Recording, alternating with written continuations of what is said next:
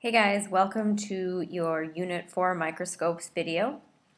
At the end of this video, we would like you to be able to say that you can label the parts of a microscope, and you won't have any practice, but you should know how to focus a microscope under low, medium, and high power, draw and label a microscope sketch using appropriate scale, and then you'll definitely be able to properly handle and care for a microscope.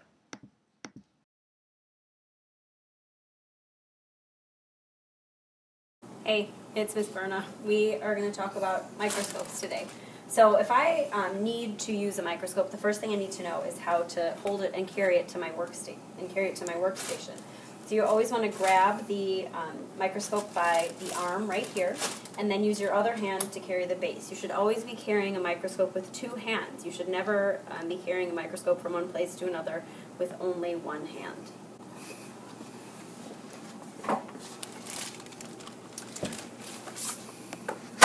When you get your microscopes, they're always going to be put away in a specific configuration, and we'll go over that later. But when you get your microscope, you want to make sure you take the cover off,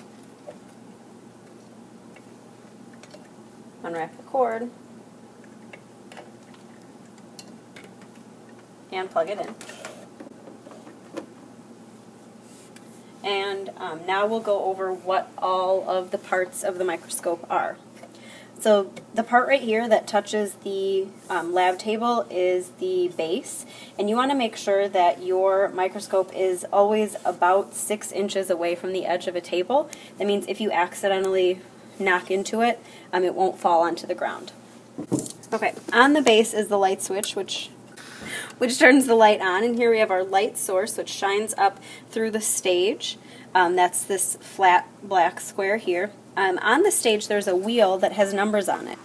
That is called the diaphragm, and then as you turn it around the numbers change, and that will change how much light is coming through from the light source up through the stage. So 1 is the lowest amount of light, and then 5 will let through the most amount of light. On the stage we have stage clips. These will hold a slide onto your stage. You can use them or not. Right, so above the stage you have the rotating nose piece, and on this are 3 different objectives. These are 3 different lenses that are going to magnify what you're looking at, and they have 3 different magnifications. So we have the shortest one is 4, so it'll make everything 4 times bigger. And then we have the middle one is yellow, medium power, which is 10. And then we have the longest objective, which is blue and is 40. X magnification. So we sometimes call these low, medium, and high power objectives. And they rotate. And you'll know that the lens is in place when you hear and feel a click.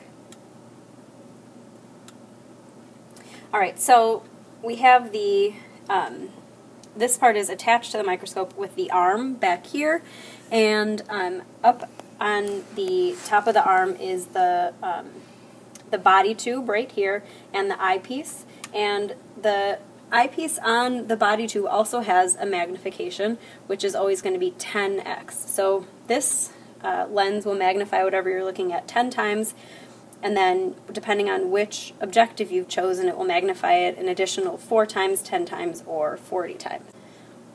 So when you're looking at something through the microscope, you're going to need to know the total magnification. How many times bigger than actual is what you're seeing. So what you do is you take the eyepiece magnification times the objective magnification. So we know that the eyepiece is always 10, and if we're on the low power objective, that has a magnification of 4. So my total magnification would be 10 times 4, so 40 times bigger, or 40x.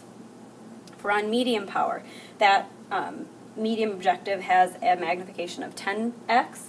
So we would take 10 times 10, and if we were looking through the microscope under medium power, we would be seeing everything 100x, or 100 times larger than it actually is.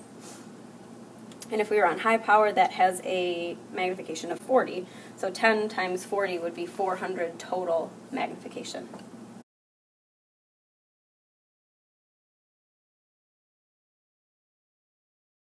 Microscope that you'll need to know are the 2 focus knobs. So the big one is called the coarse focus knob, and you can really see how that moves the stage up and down. That's going to help us focus on whatever we're looking at through the microscope. We're only going to use the coarse focus knob when we have the red objective in place, or the low power objective. We also have the smaller focus knobs down below. Those are fine focus knobs, and we only use those with the yellow and blue, or medium and high power focus.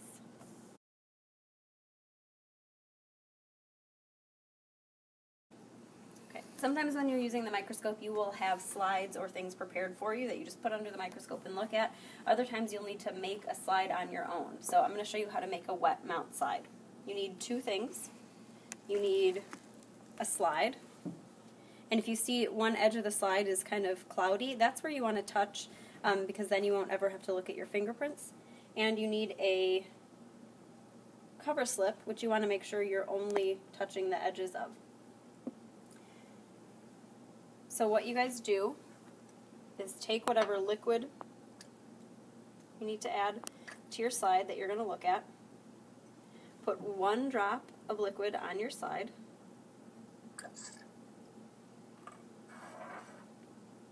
then take the cover slip, and it's really important that you follow this method carefully so you don't get air bubbles.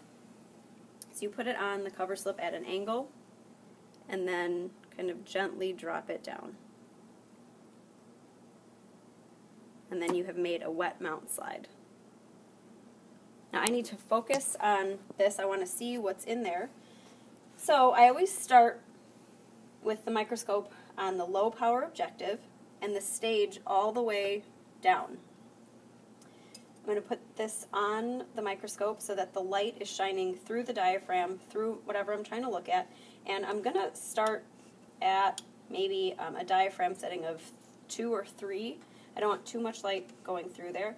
And I start on low power. I put my eye on the eyepiece, close one eye, and then I just use the larger focus knob, the coarse focus knob, until I see things clearly. You can move the slide around, making small movements to move the slide until you find something to look at. And sometimes you have to move back and forth until you get perfectly into focus. And when things aren't fuzzy and they look sharp and clear, then you know you're in focus. So sometimes you want to take a closer look. So then you always go to medium power next. You hear it click in place. Now it's important to remember that you may not touch the coarse focus knob when you have the medium power objective in place. Now you only use a small one, and use small movements to kind of go back and forth until you're in focus. Again, you know that you're in focus when it's not fuzzy and lines look sharp and clear. And then if you want to, you can go to high power and make very small motions using the fine focus knob to get whatever you want to look at in focus. If you completely lose the focus of whatever it is you're looking at, you just can't find anything, then the easiest thing to do, and it will save you time, I promise, is just to go back to low power, find whatever it is you want to see again, and start over. It seems like it'll take longer, but it'll be a lot faster.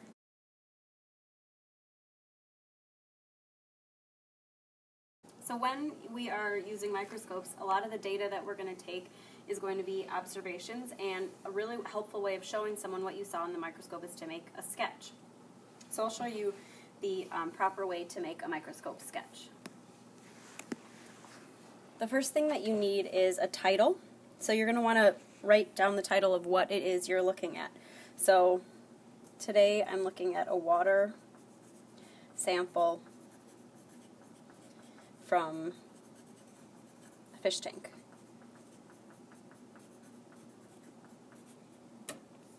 What I need to do is write down the total magnification. So since I have 10 on the eyepiece and I'm on medium power, which is also 10, it'll be 10 times 10. So I'm looking at 100x. When you look through the microscope, you will see everything is in a big circle. And then I would like you to leave a space for observations. When you're making your drawing, there's a couple things to keep in mind. The first one is to draw pretty much exactly what you see, which means everything should be the same size in relation to all the other things that you see through the eyepiece. So you need to think about the scale of what you see and what you draw. So I'm going to use color because I want to make sure that people really see what I saw through the microscope.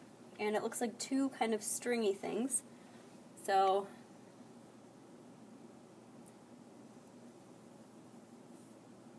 and this one kind of wraps around itself. And I'm not just looking once and then drawing it, I keep looking back and forth so I can make sure that I'm doing the best I can. Because I'm not going to remember everything that I see. And then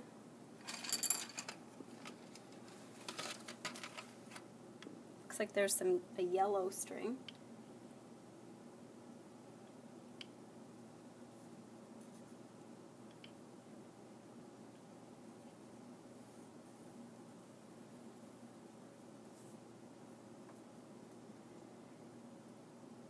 And I also just see some little kind of, I can't tell if they have any particular color, some little dots.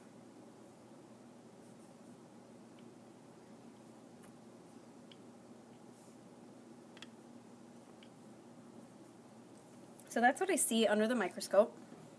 And then if I'm going to draw some observations, maybe I'll write that nothing is moving. So you want to make really detailed observations. You could maybe make comparisons to what you see. I might say it looks like hair.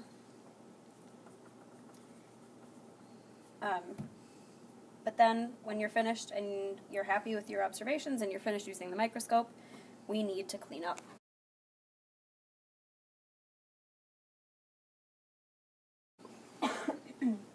So the first thing you do is you want to make sure that you go back to the low power objective, take your slide off of the stage and clean that up. Put your stage clips in, put the stage all the way down, turn off the light source, unplug your microscope, and wrap the cord around the arm close to the bottom right above the light source.